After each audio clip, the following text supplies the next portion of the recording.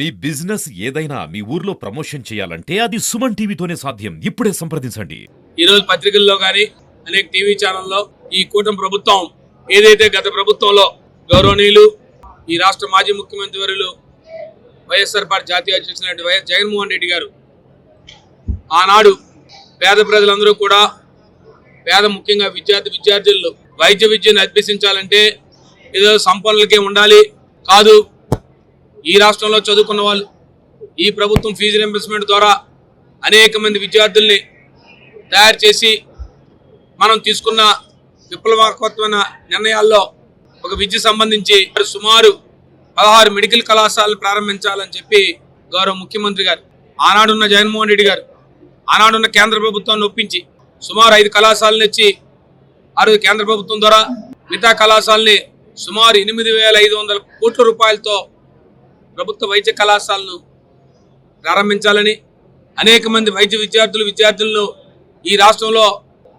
ప్రతి పేదవాడికి కూడా వైద్యం అందించాలి, ఉచితంగా అందించాలని, లేదు ప్రతి మెడికల్ కళాశాల ద్వారా ఒక సూపర్ స్పెషాలిటీ హాస్పిటల్ తయారవుతుంది కాబట్టి ప్రతి ఒక్కరికి వైద్యం బాగా అందే విధంగా ఏ ఒక్కరు కూడా ఈ రాష్ట్రంలో నా బిడ్డ వైద్యం అందక నిండు నూరేళ్లు నిండయ్యానో, లేదు నా భర్త ఏదైనా అకస్మాత్తుగా ఇబ్బంది వస్తే నా భర్తకు నిండు నూరేళ్లు నిండయ్యానో ఆలోచన లేకుండా ప్రతి ఒక్కరూ కూడా నిండు నూరేళ్లు బతకాలని చెప్పి ఆనాడు కీర్తిశేషులు రాజశేఖర రెడ్డి గారు ఏదైతే పెట్టిన ఆరోగ్యశ్రీ పథకం ద్వారా దాన్ని స్ఫూర్తిగా తీసుకొని ఈరోజు పెద్ద ఎత్తున వైద్య కళాశాల ప్రారంభిస్తే ఇవాళ ఈ కూటమి ప్రభుత్వం ఎప్పుడు ఆలోచన చేసే విధంగానే వారు ఆలోచన చేశారు.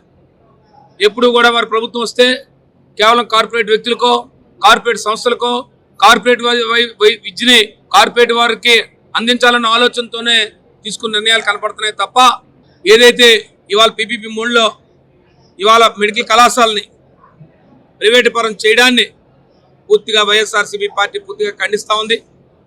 ఒక ప్రతిపక్ష పార్టీగా ఈ రాష్ట్రంలో తీసుకున్న మంచి నిర్ణయాల్ని ఈ ప్రభుత్వం కొనసాగించాలే కానీ కేవలం కక్షపూరితంగానో, లేదు పేదవాడికి వైద్య విద్య అందకూడదనో, లేదు కేవలం కార్పొరేట్ వ్యక్తులకే కోట్లాది రూపాయలు ఉన్న సంపన్నులకే ఇవాళ లేదా డాక్టర్ అవ్వాలనో, లేదా పీజీ మెడిసిన్ చేయాలనో ఒక ఆలోచన చేసిన ఈ ప్రభుత్వాన్ని మరి వాళ్ళ ఆలోచనలు ఈ రాష్ట్ర ప్రజలందరూ గమనించాలని చెప్పి మాకు ముఖ్యంగా కోరుతా ఉన్నాం.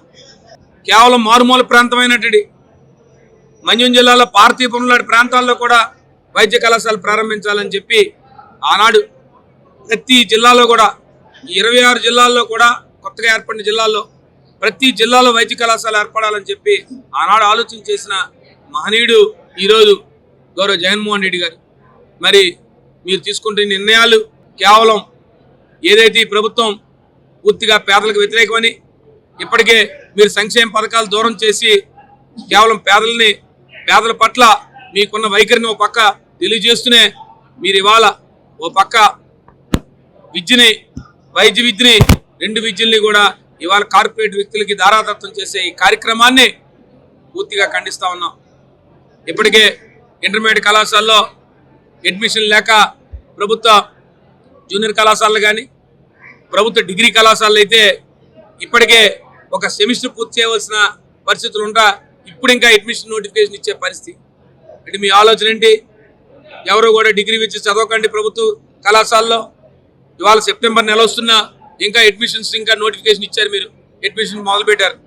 ఇప్పటికే అనేక కళాశాలలో కార్పొరేట్ కళాశాలలో ఇప్పటికే ఒక సెమిస్టర్ కూడా కంప్లీట్ చేసుకున్నారు.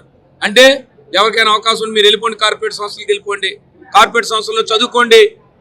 అంతేగాని ప్రభుత్వం మీకు పట్ల సానుకూల వైఖరి లేదని చెప్పగానే మీరు చెప్తా ఉన్నారు. ఒక పక్క జూనియర్ కళాశాల అడ్మిషన్ లేవు, డిగ్రీ కళాశాల అడ్మిషన్ లేవు. ఓ పక్క ఆనాడు నాడు నేడు మొదలు పెడితే జగన్మోహన్ రెడ్డి గారు ఇవాళ నాడు నేడుని పూర్తిగా నిర్వీర్యం చేశారు. ఇవాళ అప్పుడే పాఠశాల విద్య అయితే స్కూల్ ఎడ్యుకేషన్ కానీ హై స్కూల్ ఎడ్యుకేషన్ కానీ ఇప్పటికే చాలా దగ్గర అడ్మిషన్ డ్రాప్అవుట్స్ పెరుగుతూ ఉన్నాయి. మళ్ళీ ప్రతి పేదవాడు కూడా అమ్మో నాకు ఈ ప్రభుత్వం విద్యను అందించలేకపోతుందేమో, లేదు నేను చదువుకోలేనేమో అనే ఆలోచనలు ఇప్పుడిప్పుడే పేదల పక్షానికి కలుగుతూ ఉంది.